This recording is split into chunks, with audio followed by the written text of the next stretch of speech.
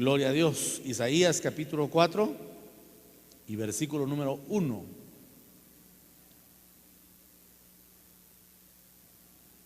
Quiero hablar un poquito acerca del carácter de la iglesia en el tiempo final. ¿Cuál es el carácter que va a distinguir la iglesia salva? Y cuando digo iglesia salva, espero que no se perturbe su pensamiento. Hay credos que manifiestan que toda la iglesia es salva. Yo creo eso, porque la palabra dice que el que confiesa a Cristo como Salvador es salvo. Lo que sí no creo es que todos tengamos el mismo nivel de salvación. Ahí sí tengo mis reservas, porque la Biblia grita, la Biblia no habla, la Biblia grita que hay niveles de salvación. Y esto choca con la teología tradicional. Pero hermano, cuando el Señor habla, por ejemplo, de la parábola de las bodas, menciona ahí en esa narración, y recuerde usted que el concepto que yo tengo de parábola es que es utilizar un ejemplo natural para trasladar una verdad espiritual. Y cuando uno lee la parábola de bodas se da cuenta que en esas bodas el Señor menciona al novio, menciona a la novia, menciona a los invitados, menciona a los servidores. Entonces, ¿qué niveles de salvación serán esos? Porque no puede ser que la misma iglesia que es novia va a ser la servidora, no puede ser que la misma iglesia que va a ser novia casadera sea la invitada. Eso no tiene sentido. Entonces yo sí creo que hay niveles de salvación. El apóstol Pablo también en Corintios 15 habla de que cuando se dé la transformación, dice el apóstol que no todos van a tener el mismo nivel de gloria. Pablo dice: una es la gloria del sol, otra es la gloria de la luna y otra es la gloria de las estrellas. Y por supuesto los tres son cuerpos celestes, pero está mostrando diferentes glorias. Es más, Pablo se atreve a decir que unos son los cuerpos celestiales y otros son los cuerpos terrenos. Entonces en eso hay misterio, hermano, definitivamente hay misterio. Por eso es que usted no se preocupe de quién se mete más con Dios y quién no. Que no le dé pena de que aquel hermano tiene título de cristiano y su testimonio deja mucho que desear. No se cargue con eso. Usted luche por su vida, luche por su salvación, porque hay uno a quien no se le puede engañar. No os engañéis, Dios no puede ser burlado, dice la palabra. Usted luche por su propia salvación y porque su alma esté preparada, porque créame que en aquel día va a haber un control de calidad que nadie puede burlar, porque va a ser supervisado por el Espíritu Santo de Dios. Y desde ahí donde van a desprenderse los diferentes grupos de salvación. Pero bueno, eso creo que va a ser tema para otra ocasión. Isaías 4:1 dice: echarán mano de un hombre 7 mujeres en aquel tiempo. Oiga, esto es profético. Echarán mano de un hombre 7 mujeres en aquel tiempo, diciendo: nosotras comeremos de nuestro pan y nos vestiremos de nuestras ropas. Solamente, oiga, solamente permítenos llevar tu nombre, quita nuestro oprobio. Lee una vez más: echarán mano de un hombre, entre paréntesis, ese hombre es Jesús.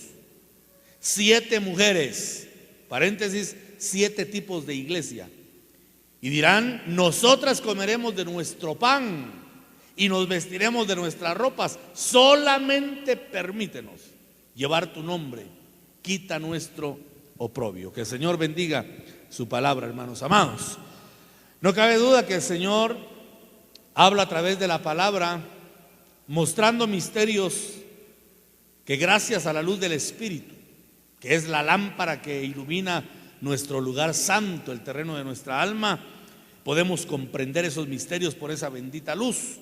Y este versículo, por ejemplo, es profundo, hermano. Tiene revelaciones y aristas importantes de la iglesia del tiempo final. Y se presenta la proyección, oiga esto, la proyección eclesiástica de los días postreros. Y dicho sea de paso, los días postreros son los que estamos viviendo. Esos son ya los días postreros, en mi opinión. Ya es el tiempo de la gentilidad que comenzó desde la muerte del Señor para nuestros días. Entonces estamos viviendo ya los días postreros y está representado el carácter eclesiástico en 7 mujeres esposas de un solo hombre, que es Jesús. Y es curioso que en el Antiguo Testamento hay una figura exactísima, hermano. No cabe duda que David es un tipo, es una tipología del Señor Jesús, es una representación en el antiguo pacto de Jesús, David, así como también lo es José. Pero quiero ocuparme hoy en la tipología de David, que es la figura del Señor en el Antiguo Testamento.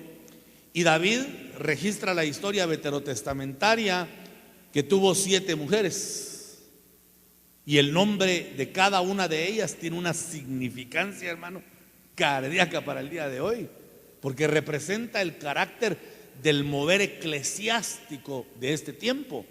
Lo que desea nuestro corazón y lo que la Biblia, hermano, invita a que podamos nosotros alcanzar es la unidad de la fe. Ese es el trabajo del ministerio quíntuple, la unidad de la fe, que la iglesia crea en una misma cosa.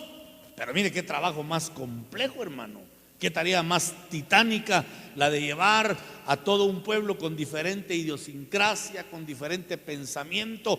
Cómo hacer que toda esa manera de pensar, esa cosmovisión le llaman algunos, para los que les gustan las palabras bonitas, ¿verdad? Cómo hacer que converjan todas en una misma verdad de pensamiento bíblico. Si no fuera por la ayuda del Espíritu Santo, nosotros estaríamos imposibilitados de lograr esa tarea. Pero como el Espíritu Santo está de nuestro lado, es el Espíritu quien está guiando a los ministros verdaderos. Por eso le llaman a los ministros de este último cuño ministerial, le llaman los ministros del Espíritu, porque son los que tienen que ser guiados por el Espíritu Santo. Y eso está en sintonía con lo que Jesús señaló y apuntaló acerca del Espíritu Santo, diciendo que el Espíritu Santo va a guiar a toda verdad y a toda justicia. Por eso, hermanos, en este tiempo tener comunión con el Espíritu Santo es la clave para ser un cristiano victorioso. Tener comunión con el Espíritu Santo es la clave para alcanzar un discipulado firme y seguro. Tener relación con el Espíritu Santo es la clave para alcanzar la verdad, y que al conocer la verdad nosotros seamos libres. Y ese es un tema que yo sé que ya conocemos ampliamente, porque lo estudiamos casi por una semana, ¿verdad? Entonces el Espíritu Santo nos está guiando, y los ministros tenemos la tarea de escuchar la voz del Espíritu, de estar atento nuestro oído a la voz del Espíritu Santo, para que al trasladar ese bagaje de pensamiento espiritual, la iglesia pueda ser sincronizada y sintonizada en un mismo pensamiento doctrinal, para que no vaya a aparecer esa diversificación, hermano, de credos que van a estar todos con el nombre de Jesús. Pero la pregunta es, ¿irán a estar todos bajo el sustento de Jesús? ¿Van a estar todas con el nombre de Jesús? Son las 7 mujeres que le dice: permítenos llevar tu nombre, no nos importa que nos des pan. O sea, el sustento lo vamos a lograr nosotras mismas, dicen ellas. Solo queremos llevar tu nombre. A eso yo le llamo cristianismo nominal. Mas sin embargo, dentro del cristianismo nominal existe, hermano, algunas verdades que pueden mostrarnos el carácter total de la iglesia. Porque lo que yo encuentro acá en esta relación de las esposas de David es que cada una tenía una arista especial. Pero la iglesia novia del Cordero, la iglesia que se va a casar con el Cristo de la gloria, es la que va a tener las 7 virtudes en ella misma. No van a ser virtudes aisladas, sino que van a estar concentradas en la misma entidad, porque el Espíritu Santo logró el trabajo a través de los ministerios de poder capacitar. Ese es el trabajo, hermano, de los ministerios en este tiempo: capacitar la iglesia para la obra del ministerio. La edificación, la iglesia la va a lograr por sí misma, pero la función ministerial es capacitar, es proveer de herramientas al pueblo para que el pueblo pueda avanzar en el propósito de Dios. Y por eso es que discrepamos, y cuando digo discrepamos en plural, me refiero a nuestra misión, me refiero a la casa que nos asiste espiritualmente. Tenemos discrepancia en cuanto al movimiento neopentecostal, que trata de poner una autoridad que es una autoridad que descalifica al cuerpo de Cristo, hermano. una autoridad opresiva, yo no creo en eso. Porque la autoridad de la iglesia dice claramente Efesios, la cabeza de la iglesia es Cristo Jesús. Y donde hay cabeza no pueden haber más cabezas. Los ministros somos, hermano, siervos de aquel que es la autoridad, cuya función es capacitar a los santos. Porque si yo vengo y les digo, yo como pastor soy cabeza de la iglesia, y Cristo es cabeza de la iglesia, y el apóstol es cabeza, entonces la iglesia va a ser el monstruo de las 7 cabezas. Eso no es así. La iglesia tiene una cabeza, una autoridad y una cobertura. ¿Quién es la cobertura de la iglesia? Aquel que derramó su sangre en la cruz del Calvario, nuestro Señor Jesucristo. Él es la autoridad y la cobertura total de la iglesia. Bendito sea el Señor. Ya los ministros tenemos una función, hermano, de asistir, de capacitar, de proveer de herramientas a la iglesia para que ésta vaya avanzando mientras está en la tierra. Ahora, ¿cuáles son las características de estas mujeres que tuvo David? Vamos a estudiar acá a la luz de la palabra. Segunda de Samuel, leamos por favor capítulo 3.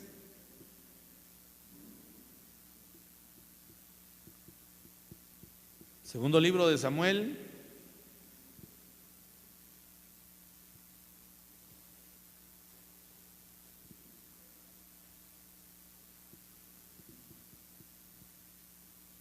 Segundo libro de Samuel, capítulo 3, versículos 2 al 5.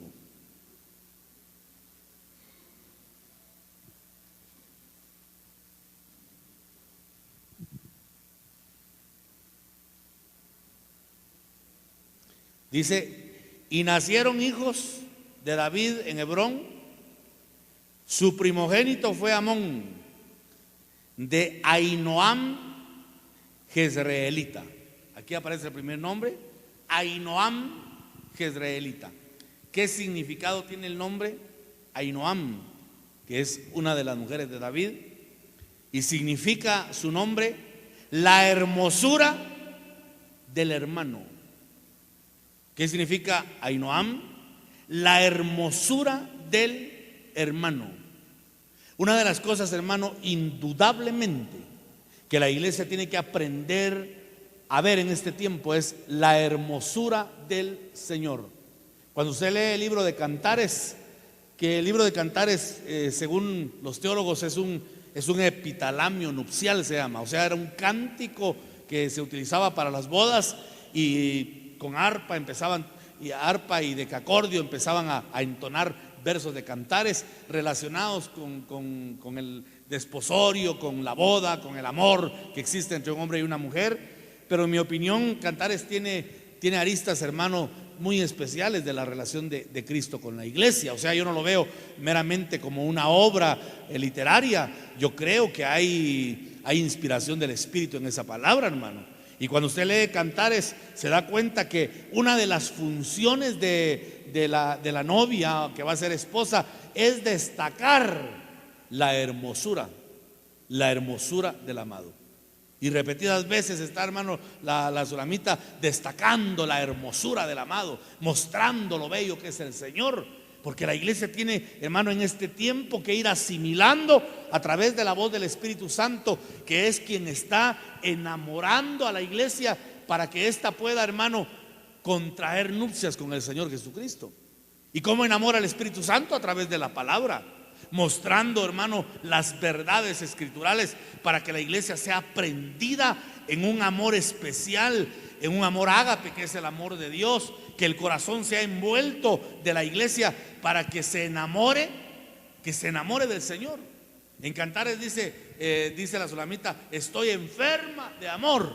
Y dice: si él me besara con besos de su boca. Eso se refiere a la palabra de Dios.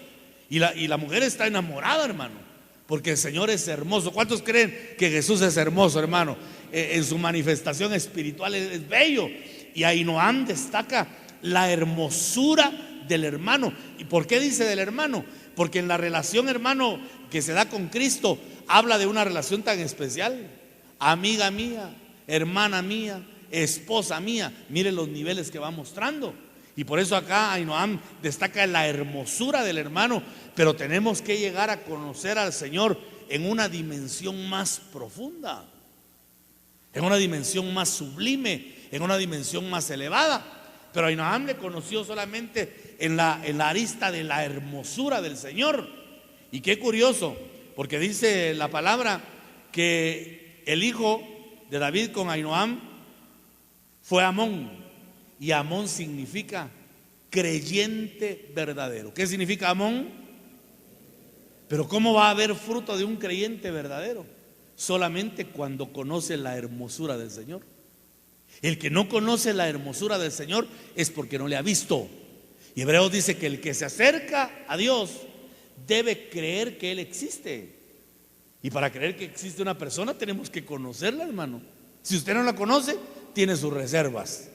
Si usted no la conoce, si le dice, si le cuenta, bueno, pues lindo el cuento, ¿verdad? Pero a saber si será verdad.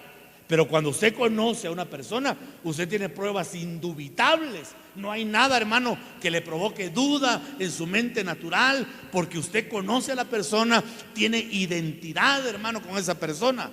Entonces, Ahinoam destaca la relación en la que nosotros vamos descubriendo la belleza del amado y vamos enamorándonos de Jesús, porque el Señor viene, dicho sea de paso, por una iglesia enamorada, por una iglesia madura, por una iglesia consciente de quién es Jesús. Pero que no vaya a pasar como las doncellas, aquellas de Cantares, que se acercan a la amada y le dicen: dinos cómo es tu amado, dinos cómo es para que lo busquemos contigo, explícanos cuál es su fisonomía, cómo vamos a descubrir quién es y lo vamos a buscar. ¿Por qué? Porque ellas no lo conocían. Y hermanos amados, yo me pregunto, ¿cuánto pueblo habrá? ¿Cuánto pueblo de Dios que no conoce a Jesús? Recuerde que la Biblia nos da el ejemplo de un hombre, varón justo, recto, temeroso de Dios y apartado del mal. ¿Cómo se llamaba ese varón? Varón llamado Job. Varón justo, recto, temeroso de Dios y apartado del mal. Yo le llamo a eso la cuadridimensión de la santidad. Pero a mí me sorprende Job, cuando ha pasado todo ese probatorio, hermano. Le ha llovido sobre mojado. Yo creo que ese hombre fue atacado en 3 niveles: espíritu, alma y cuerpo. Pero el probatorio finalmente pasa y después él sale victorioso, y viene el tiempo de la restitución. Dios le da el doble lo que el diablo le había dañado, le había quitado. Pero lo que me sorprende en los capítulos ya finales del libro de Job es cuando este varón justo, recto, temeroso de Dios y apartado del mal dice algo tremendo: de oídas te había oído, mas ahora mis ojos te ven. Bueno, detengámonos ahí. Si este varón era justo, recto, temeroso de Dios y apartado del mal solo de oídas, mi pregunta es: ¿cómo sería después de haber visto al Señor? Porque le conoció. Nosotros como creyentes empezamos, hermano, a saber del Señor de oídas, como creyentes. Pero en la medida que vamos profundizando en la relación con el Espíritu Santo, que es el guía, que es el ayo preceptor, el que va dirigiendo nuestros pensamientos hacia Jesús, el Espíritu Santo nos va dirigiendo, y en la medida que nos rendimos al Espíritu Santo, vamos descubriendo quién es Jesús. ¿Cómo no? La Biblia habla que Él es nuestro sanador, que Él es nuestro proveedor, que es nuestro guardador. ¿Qué más dice la Biblia de Jesús que es para nosotros? ¿Aló? Ayúdeme a predicar esta tarde. ¿Qué más dice la Biblia? ¿Qué es Jesús? ¿Cómo? Nuestro pronto auxilio, amén, en las tribulaciones. Es nuestro pastor, el guardián de nuestra alma. Bueno, en fin, varias cosas que muestra la palabra. Pero eso lo sabemos. Ahora, ¿cuántos hemos creído que eso es verdad? Porque, hermano, en el momento de que tenemos crisis en nuestro cuerpo físico, porque vino la enfermedad, ¿acaso no es el tiempo para descubrir que Jehová es Jehová Rafa, que es nuestro médico de médicos? Pero todos saben que Él es sanador. ¿Cuántos saben que Dios es sanador esta tarde? Pero ¿cuántos creemos que es sanador cuando estamos enfermos? Cuando estamos en cero recurso. Porque, hermano, hay tiempos en los que viene el cero recurso. Y la crisis que se está viviendo ahora en todo el mundo ahoría mucho a eso. Pero ¿por qué no creer que Dios es nuestro proveedor? Al fin y al cabo, que la fe, para que sea verdadera fe, tiene que haber cero recursos. Yo por eso, hermano, cuando veo a alguien que está en crisis económica, le digo: hermano, qué maravillosa oportunidad para conocer a Dios como su proveedor. Qué maravillosa oportunidad para conocer que Dios puede suplir su necesidad. Porque si no creemos en ese momento, entonces ¿en qué tiempo vamos a conocerlo como proveedor? Si yo tengo recurso material, entonces, hermano, ¿cómo voy a conocer a Dios como mi proveedor? Pero cuando yo no tengo recurso, cuando no tengo nada, entonces tengo que confiar que el proveedor que tengo, que es mi Dios bendito, Él no está limitado por las circunstancias, hermano. Él no necesita que Wall Street esté en equilibrio para poder proveernos lo económico. Él es Señor de las circunstancias y es el Dios que de la nada lo puede hacer todo. Cuando tú no tienes nada de recurso, cuando tienes una familia que alimentar y estás, hermano, sin recurso material, ¿por qué no pedir la provisión de aquel que dice la Biblia que es mi proveedor? Y cuando comienzas a ver la provisión de Dios, entonces tu fe queda sellada y ya puedes decir que conoces a Jesús. Porque si no lo has experimentado de esa manera, si cuando estás cero recurso tu mente se conecta con irse a la tierra del tío Sam a ganar dólares, entonces tú no conoces al proveedor. Porque al proveedor hay que conocerlo en medio de la crisis, así como el discipulado conoció al que era Señor de las tormentas estando en medio de la tormenta. Conocieron a Jesús. Pero, hermanos, si no aprendemos a verle desde esa óptica, desde esa perspectiva, entonces nuestro pensamiento se puede extraviar y estar como aquellas doncellas preguntándole a otros: ¿cómo es el amado? Yo veo personas que cuando alguien testifica, hermano, de que ha sido rescatado de las drogas, que ha sido rescatado de la miseria, yo miro que toda la gente se maravilla y dice: ¡hala, qué tremendo! Como que le estuvieran preguntando: ¿cómo es tu amado? Para que nosotros le conozcamos también. ¿Cómo es él? Porque mucho pueblo no le conoce. Pero aquel que sabe quién es Dios, aquel que le conoce en esa dimensión de lo hermoso y bello que es, comienza a reconocerle en el espíritu.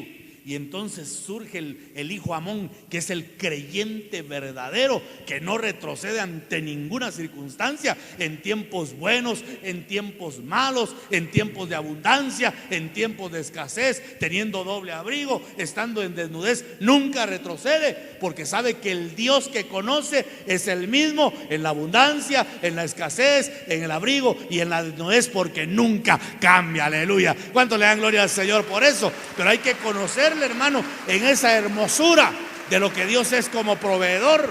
Dele fuerte las palmas al Señor. Esa es la experiencia de Ahinoam. Y por supuesto que hay que tener cuidado también con esa revelación, hermano.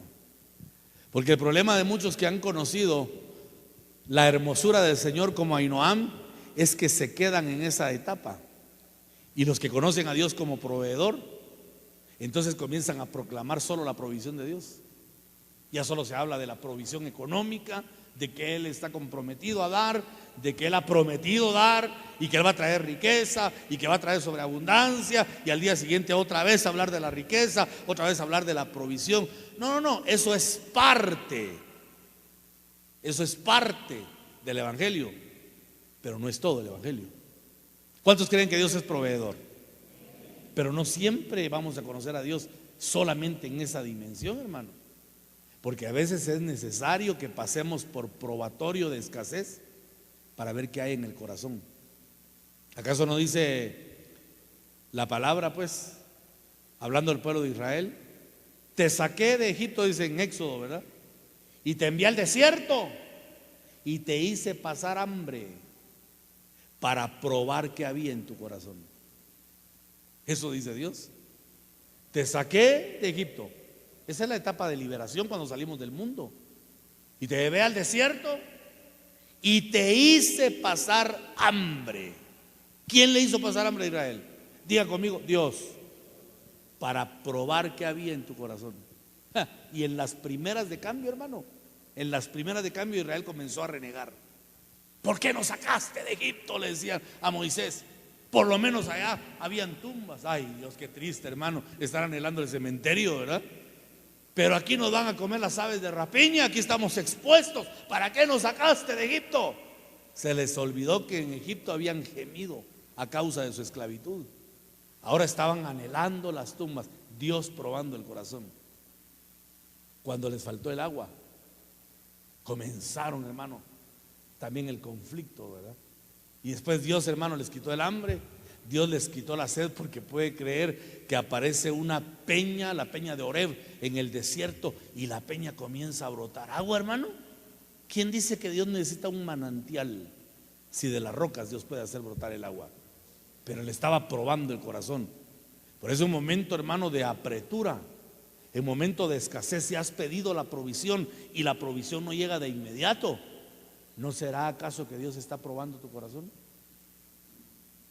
¿Y qué va a encontrar en tu corazón? Pero bendito aquel pueblo que en la escasez levanta sus manos al cielo y dicen: gracias, Señor, por lo que no tengo. Pero al fin y al cabo, gracias. Tú eres Padre responsable, tú eres Dios omnisapiente, tú lo conoces todo. Y si me estás permitiendo pasar esta prueba, es con algún propósito, y que tu nombre sea bendito. Hermano, eso agrada el corazón de Dios. Eso agrada el corazón de Dios. Pero cuando alguien está en apretura, hermano, y se desespera humanamente, y llega a las palabras de fortaleza: ay, no, hermano, yo no sé ni en qué creer, yo no sé si será cierto lo que dice la Biblia, mire cómo estoy, y no que Dios cuida a sus hijos. Ay, Dios, hermano, nunca vas a salir del probatorio. Y si yo le digo que la mula es parda, es porque tengo los pelos en la mano. Si alguno ha pasado, hermano, tiempo de escasez, ese he sido yo. Y he aprendido con mi familia a agradecerle al Señor, y hemos visto mover la mano de Dios de una manera increíble, moverse la mano de Dios, porque en momento oportuno Él ha enviado su provisión. Y sabe una cosa, cuando Dios envía su provisión, Él envía medida buena, apretada y remecida, porque Dios es un Dios generoso, hermanos amados, aleluya. Él es un Dios de abundancia. Entonces no debemos quedarnos solo en la etapa de Ahinoam. Es bueno ver la hermosura del Señor, maravilloso, pero es para que nazca el fruto del creyente verdadero, que sabe que su Dios no miente, que sabe que su Dios es un Dios de pacto, un Dios que sabe cumplir sus promesas. Avancemos un poquito, hermano, que el tiempo es inclemente. Una más de las mujeres de David, Abigail, que significa fuente de gozo. Fuente de gozo. Esto habla, hermano, de conocer la fortaleza del Señor. El apóstol Pablo declaró: el gozo del Señor es mi fortaleza. El gozo, aquí está la fuente de gozo, hermano. Abigail representa la etapa de la iglesia en la que conocemos ese gozo inefable que da el Espíritu Santo, ese gozo sobrenatural, ese gozo que tiene conflicto con la razón, porque esto es lo tremendo del gozo de Dios, que no es un gozo razonable. El día, hermano, que te aumentan salario y te dan el 30% más, es normal que estés contento, pero que tengas gozo cuando te quitaron el empleo y que llegues a casa saltando: aleluya, gloria a Dios. ¿Y usted por qué viene tan feliz? Es que me quedé desempleado. Ese es el gozo del Señor. Será pastor. ¿Cómo me explica usted a un apóstol Pablo que está en la cárcel con los pies atados al cepo, y cuando llegan a visitarlo los hermanos le dan palabra, y cuando ya se van les dice: ¡hey! Regocijaos en el Señor. Otra vez os digo, regocijaos. El que estaba preso. Tremendo eso, ¿verdad? Y los hermanos: ¿cómo encontraron ustedes al apóstol? Pues nosotros lo encontramos contento. Ay, sí, uno no será que está mal de la mente, porque no es normal que esté tan gozoso metido en la cárcel. Lo normal es que lo encontremos llorando y renegando y diciendo: a ver cuándo vienen a verme otra vez, porque qué voy a hacer aquí solo. Pero nos está diciendo que estemos gozosos en todo tiempo. Es que, hermano, el apóstol Pablo encontró también la fuente de gozo. Eso muestra la faceta de Abigail, la fuente de gozo que el Señor da. Y qué tremendo cuando uno experimenta eso, hermano, porque se da uno cuenta que es efectivo lo que el apóstol transmite, que el gozo del Señor de verdad trae fortaleza. ¿Cuántos dicen amén? ¿Cuántos han experimentado el gozo del Señor? Pero ese gozo, hermano, que nada ni nadie lo puede apagar, que es permanente. Es aquel pueblo, como dice la alabanza, queda bonita, que puede tener paz en medio de la tormenta. Usted tan tranquilo que lo miramos y no le preocupa por lo que está pasando. Sí, pero tengo gozo. Pero ¿cómo puede tener gozo pasando esta circunstancia? Es que así es la fuente que el Señor da. Donde es el gozo y la paz, es algo inexplicable, porque la paz de Dios dice que es la que sobrepuja. Eso podríamos interpretarlo. Es la paz que es más grande que nuestro entendimiento. No se puede entender, no se puede explicar.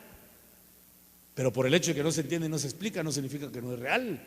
Ahí está la paz. Lo mismo ocurre con el gozo, hermano. Y qué maravilloso es regocijarse en el Señor, encontrar esa fuente en el Espíritu Santo, porque el Espíritu Santo es dador de gozo. Él es dador de gozo. Y dice la palabra que de esa relación de David, que es Cristo, con Abigail, que es fuente de gozo, apareció Kileab,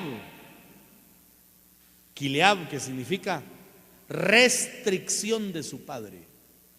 Porque el hecho que tengamos gozo, el hecho que tengamos gozo del Espíritu, no implica también que vamos a tener un libertinaje, hermano.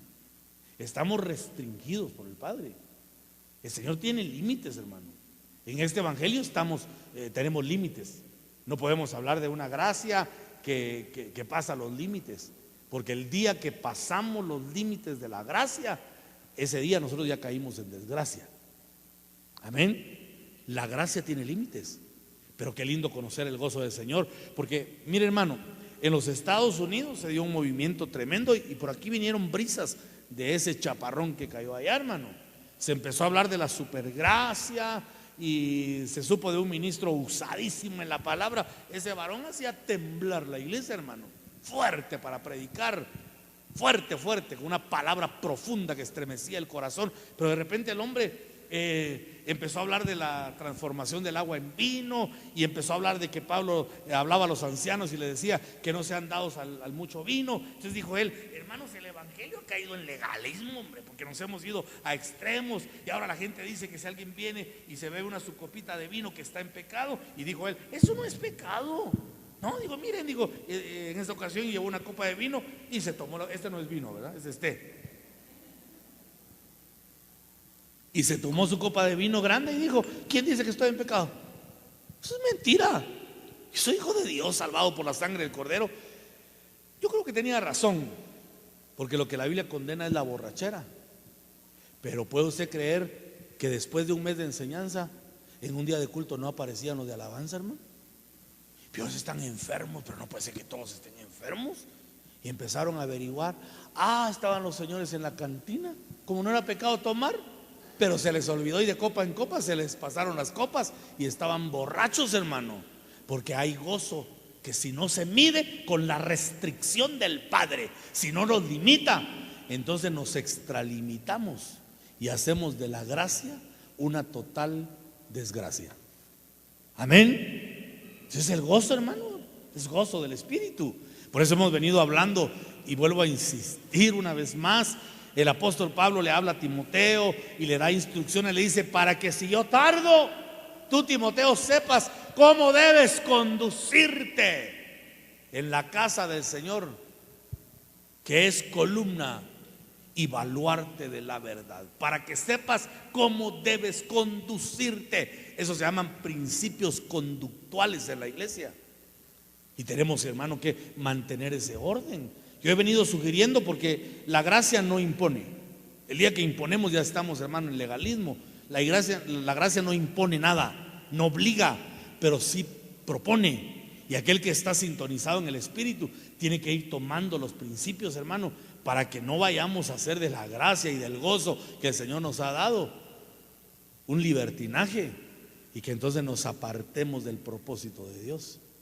Yo sé que hay iglesia, hermano, que ha visto la hermosura del Señor como Ainoam, y hay iglesia que está viendo la fuente de gozo, porque yo sí creo con todo mi corazón que nuestro Dios es dador de gozo. ¿Cuántos lo creen, hermanitos amados? Es más, me atrevo a preguntar, ¿cuántos tenemos gozo en esta preciosa tarde? Aleluya. Si usted tiene gozo, dele gloria al Señor bendito, y que ese gozo no se apague, que ese gozo esté permanente, hermano, que sea perdurable, porque el gozo del Señor es nuestra fortaleza, dice la palabra. Pero recuerde que ese gozo produce un kiliab, que significa restricción del Padre. Hay que estar siempre restringido. La sociedad presente, hermano, está como está, porque las leyes han vulnerado la restricción de los padres. A los Estados Unidos, me cuentan familia que tenemos allá, que es delicado, hermano, porque comienzan a adoctrinar a los pequeños. Y hay niños de 8 o 9 años que amenazan al padre y dicen: si me tocas, papá, en este momento llamo y te meten a la cárcel. Entonces los padres se tienen que detener. Y se ha caído en un libertinaje en los Estados Unidos, hermano, terrible.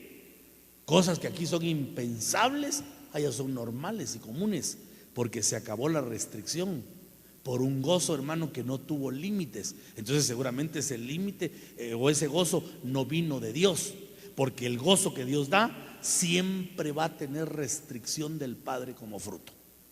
¿Estamos de acuerdo en eso? Es un gozo con límite, con medida, para que no vayamos a extralimitarnos, que no vayamos a violar fronteras y que resultemos hundidos en cosas que no provienen de Dios. Entonces es bueno conocer la belleza del Señor, es bueno conocer la fuente de gozo, y tampoco podemos quedarnos solo en esto, porque hay iglesia, le hablé al principio del carácter eclesiástico, hay iglesia que solo recalca el gozo nada más, el gozo del Espíritu. Embriáguese con el Espíritu Santo. Yo conozco movimientos, hermano, donde no hay prédica, solo hay alabanza nada más. Y alabanza de fiesta y de júbilo, y pasen, dancen para Cristo, llénense de vino celestial, y vino y vino y vino del Espíritu. No hay palabra, hermano, solo fiesta, solo danzas. Eso tampoco es así, porque tiene que haber un equilibrio. Amén. Tiene que haber un equilibrio en Dios, porque si no nos quedamos en la faceta de gozo, podemos estar en problemas. Por eso le digo que la iglesia casadera con Cristo es la iglesia que tiene todas las virtudes concentradas en una sola entidad. Yo a eso le llamo equilibrio eclesiástico, para que estemos entonces en un genuino mover del Espíritu Santo. Otra de las mujeres de David, y esto sí es algo extraño, ¿verdad? Otra mujer que tuvo David fue Maaca, y Maaca significa depresión. ¿Qué significa Maaca? Depresión. Y depresión en el concepto del diccionario dice que es una caída de terreno, ¿verdad? Que llega hacia un valle. Eso es depresión. La iglesia en cierta forma va a tener que pasar por etapas de depresión, pero lo que he enseñado es que la depresión, hermano, no tiene que ser de carácter permanente. Todos hemos pasado en algún momento una etapa de depresión, y eso escúchelo por favor con oídos circuncidados, porque si no puede parecer herejía. Pero Jesús, cuando estuvo en el Getsemaní, él por segundos tuvo depresión, cuando dijo: Padre, si es posible, que pase de mí esta copa. Eso fue un momento, por un instante, hermano, yo no puedo precisar el tiempo, pero fue un momento depresivo. Pero vino el Señor y dijo: más que se haga tu voluntad y no la mía. Pero él le dijo: Padre, si existiera otro camino, mejor tomemos otro camino, no el de la cruz. Y dice la palabra, ¿por qué le digo que fue un momento depresivo? Porque dice la palabra que él sufrió, bueno, eso no lo dice la palabra, eso lo interpretamos, que él sufrió algo que se conoce como un shock hipovolémico, porque había tal dolor y angustia en su alma que se concentraron las proteínas y empezó el sudor a ser como color de sangre, porque no dice que sudó sangre, dice que sudó como gotas de sangre, que es otra historia, ¿verdad? Entonces él pasó por ese shock hipovolémico porque el sufrimiento que tenía en su alma, Y se lo dijo a los discípulos, hermano. Les dijo: mi alma está angustiada hasta el punto de la muerte. Les dijo: oren conmigo. Y cuando llega, encuentra a los flamantes discípulos roncando, hermano. Y él les dijo: oren, ¿no habéis podido orar conmigo una hora? Y les dijo: mi alma está angustiada hasta el punto de la muerte. Y los que se llevó a orar eran Pedro, Juan y Jacobo. Los alumnos distinguidos se quedaron durmiendo. Imagine usted cómo serían los retranqueros, como Judas entonces. Cardíaco el asunto, ¿verdad? Bueno, pero el punto es que si el Señor pasó por ese momento depresivo, hermano, ¿qué corona tenemos nosotros para no pasar por momentos de angustia? Y también aclaro, no estoy dando licencia para la depresión, pero sí entiendo que como humanos nos podemos deprimir. Ahora, lo que no es normal es entrar a un círculo vicioso de depresión. Deprimido lunes, deprimido martes, deprimido miércoles, jueves, viernes, sábado y domingo, y el lunes otra vez deprimido. No, eso ya es demoníaco. Podemos pasar por momentos de angustia porque algo nos quiere enseñar Dios en la angustia. ¿Cuántos dicen amén? Cuando viene la batalla y viene el probatorio, yo estoy seguro que algo quiere el Señor dejar, hermano, en nuestro ser espiritual.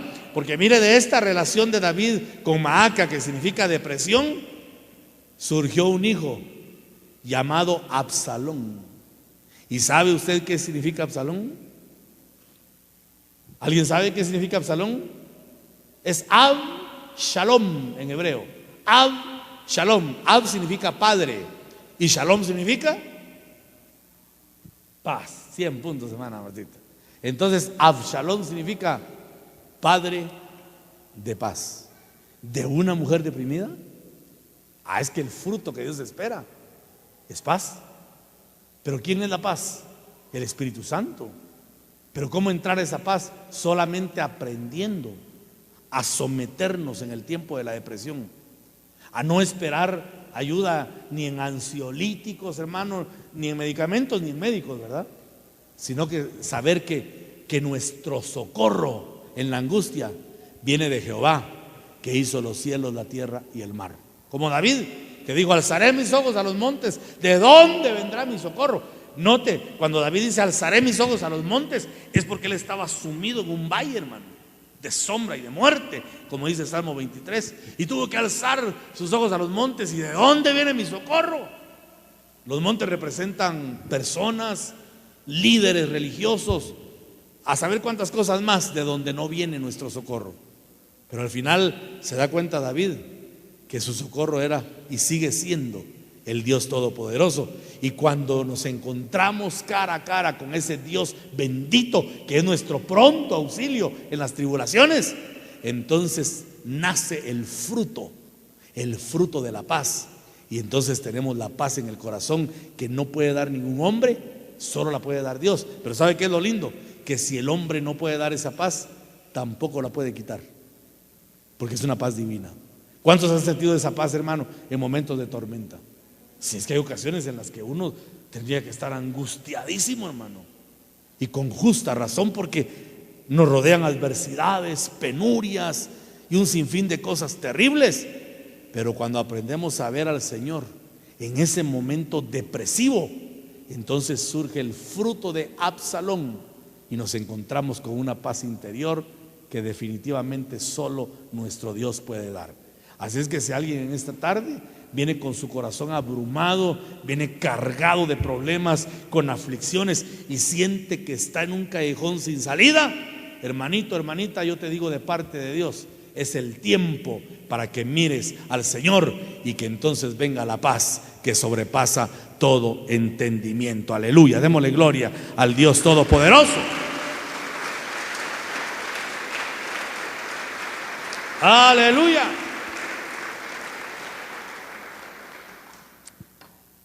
Otra de las mujeres de David fue Hagit, cuyo nombre significa festiva. Festiva, ¿qué significa ese nombre? Festiva. ¿Y qué idea le da a usted cuando hablamos de algo festivo? Es una fiesta. Dios quiere que estemos alegres. ¿Acaso no dice la palabra, pues, que nos van a quitar el manto de luto para ponernos manto de alegría. Amén. Dios promete quitar el manto de luto.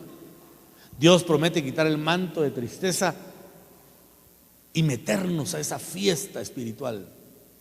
Esa fue la etapa que vivió el pródigo, aquel muchacho que describe Lucas capítulo 15 versos del 11 en adelante, que se acerca a su padre y le dice: Padre, dame mi herencia. Y el padre le da la herencia, hermano. El padre representa a Dios.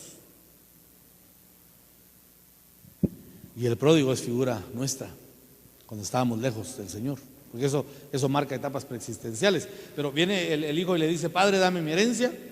Y se fue a una tierra lejana. Y estando en tierra lejana, lo malgastó todo.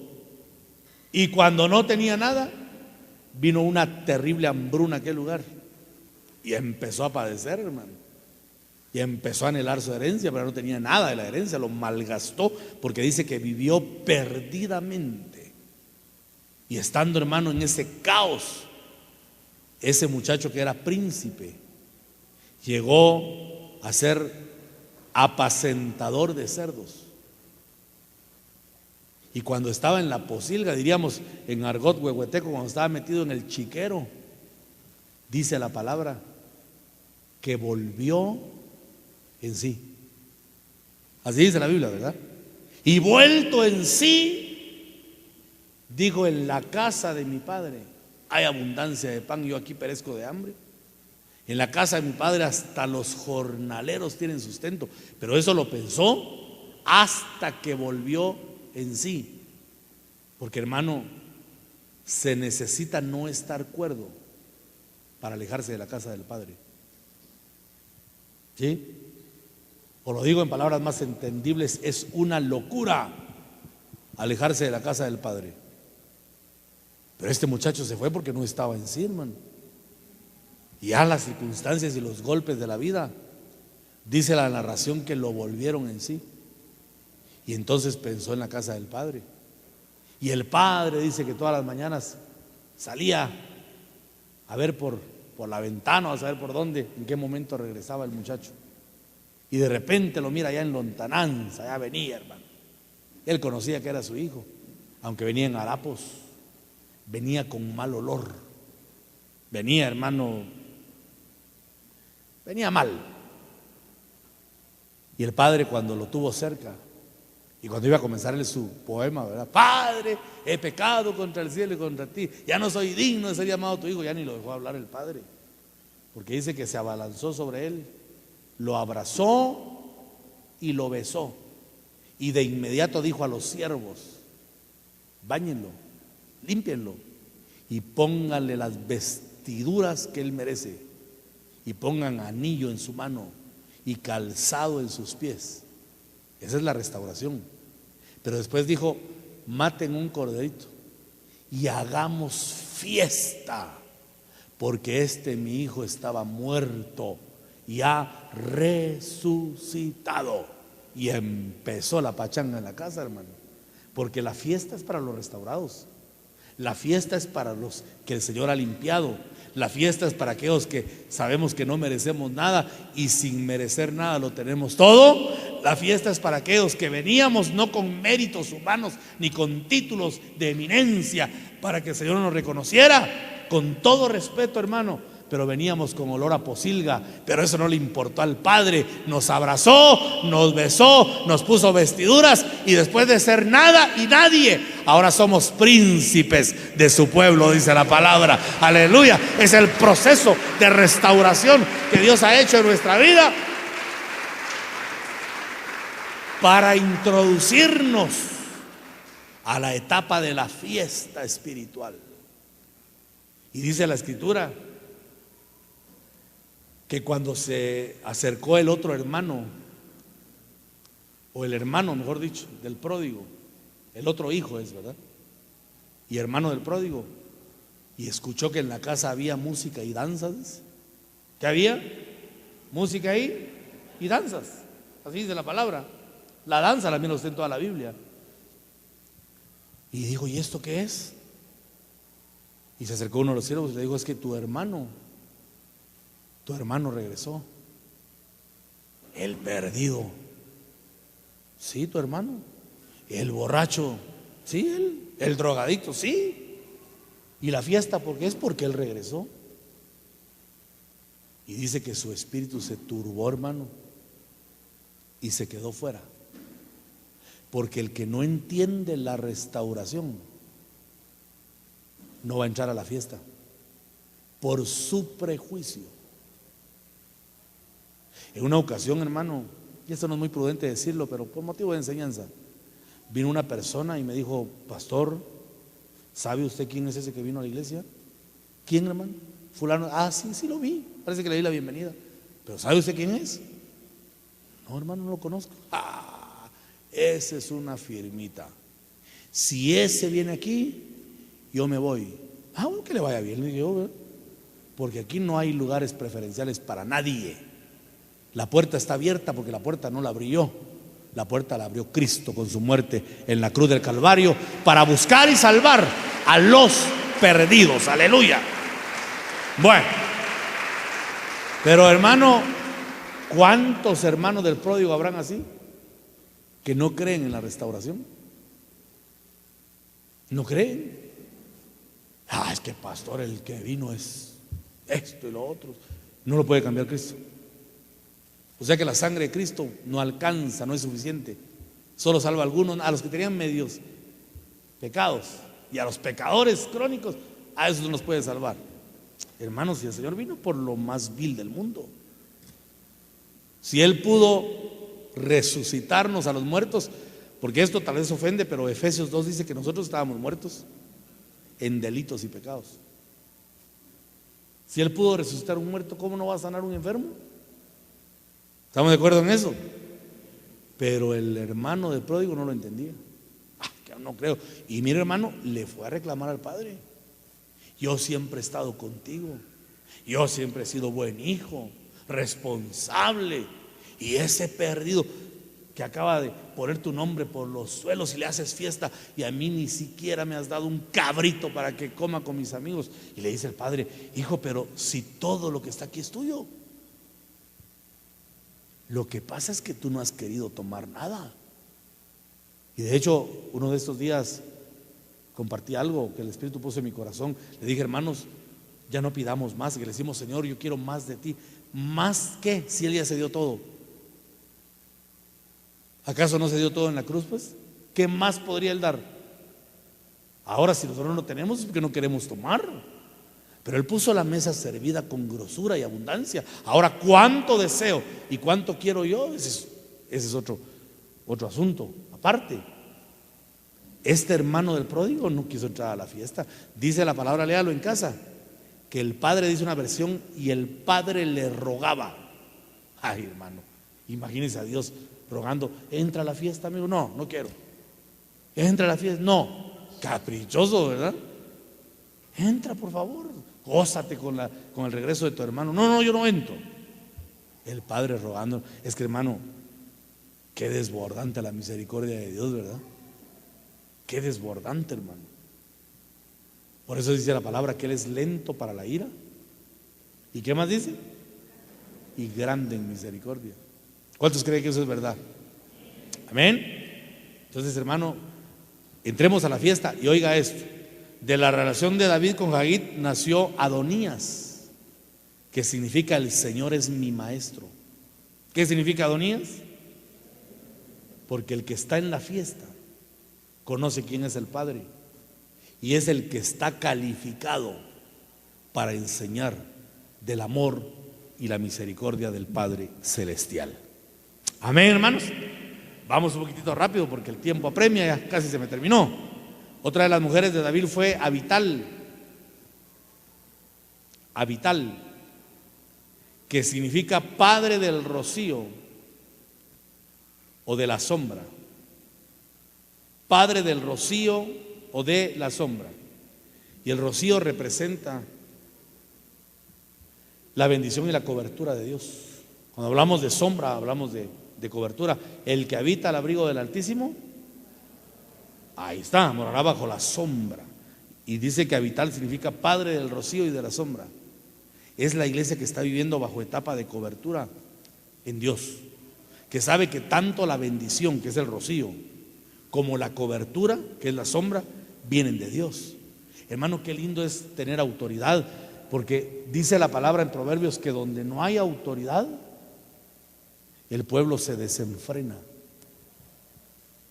Entonces, en ese sentido, la autoridad es una grande bendición, hermano, porque la autoridad restaura, la autoridad protege, la autoridad encamina, y estar bajo el rocío y bajo la sombra de Dios, que es lo que representa a Vital, es maravilloso, porque la iglesia siente el resguardo de su Dios. Y dice la palabra que de la relación de David con Abital nació Cefatías, que significa el Señor es el que juzga. Porque el que ha aprendido a vivir bajo la bendición y la cobertura de Dios sabe que no es digno de juzgar a nadie. De hecho, Jesús dijo: no juzguéis, para que no seáis juzgados. Hermano, nuestro pensamiento es muy proclive a juzgar, es muy proclive, y hay que tener cuidado, porque dice la palabra que con la medida que nosotros juzgamos, con esa misma medida, dice, con la vara que medís, con esa misma seréis remedidos. El que entiende la bendición y la cobertura sabe que cualquier situación hay que dejarla bajo el escrutinio del Padre. Él es el que juzga, Él es el que conoce el corazón de verdad. Nosotros conformémonos con vivir la etapa del rocío, la etapa de la bendición cada mañana, porque dice la Escritura que las misericordias de Dios son nuevas cada mañana. ¿Por qué no deleitarnos con esa bendición y con la certeza de que Dios es nuestra cobertura, hermano? Y que lo que tenga que pasar en nuestra vida va a pasar bajo la permisión de Dios, porque ni siquiera las hojas de los árboles se mueven si no es por su voluntad. Eso para mí es algo que me transmite mucha seguridad y confianza, porque estamos bajo la bendición y la cobertura del Dios Todopoderoso. Esa es la etapa de Abital. Otra de las mujeres de David, voy a ir un poco rápido por el tiempo. Otra de las mujeres es Egla o Eglá, como aparece en algunas versiones, que significa mujer joven. También significa carro y significa redondo. Es el nombre. Mujer joven, carro, que será un vehículo, y redondo, que habla de un círculo. Entonces la etapa de Egla o de Eglá, como dice en la versión hebrea, de la mujer joven, habla de la guianza del Espíritu Santo. Y cuando menciona la palabra redondo, utiliza el término que se utiliza para la circuncisión, que era un corte redondo. Entonces la etapa de Egla es esa etapa de fortaleza, porque la gloria de los jóvenes es su fuerza. Esa etapa de guianza del Espíritu Santo para un pueblo que se ha circuncidado, que ha quitado lo inmundo de su ser y que está conociendo a Dios en una nueva dimensión. Tanto así, hermano, que el hijo que nació de David con Eglá fue Itream, y el nombre Itream significa excelencia de la gente. La excelencia proviene de la guianza del Espíritu y del desechar todo lo mundano, desechar todo lo que no agrada a Dios, que representa lo redondo, el corte de la circuncisión, que ahora no es física. Ahora hay que circuncidar los oídos, ahora hay que circuncidar el corazón, ahora hay que circuncidar los ojos, hay que circuncidar la boca, por supuesto en sentido estrictamente espiritual.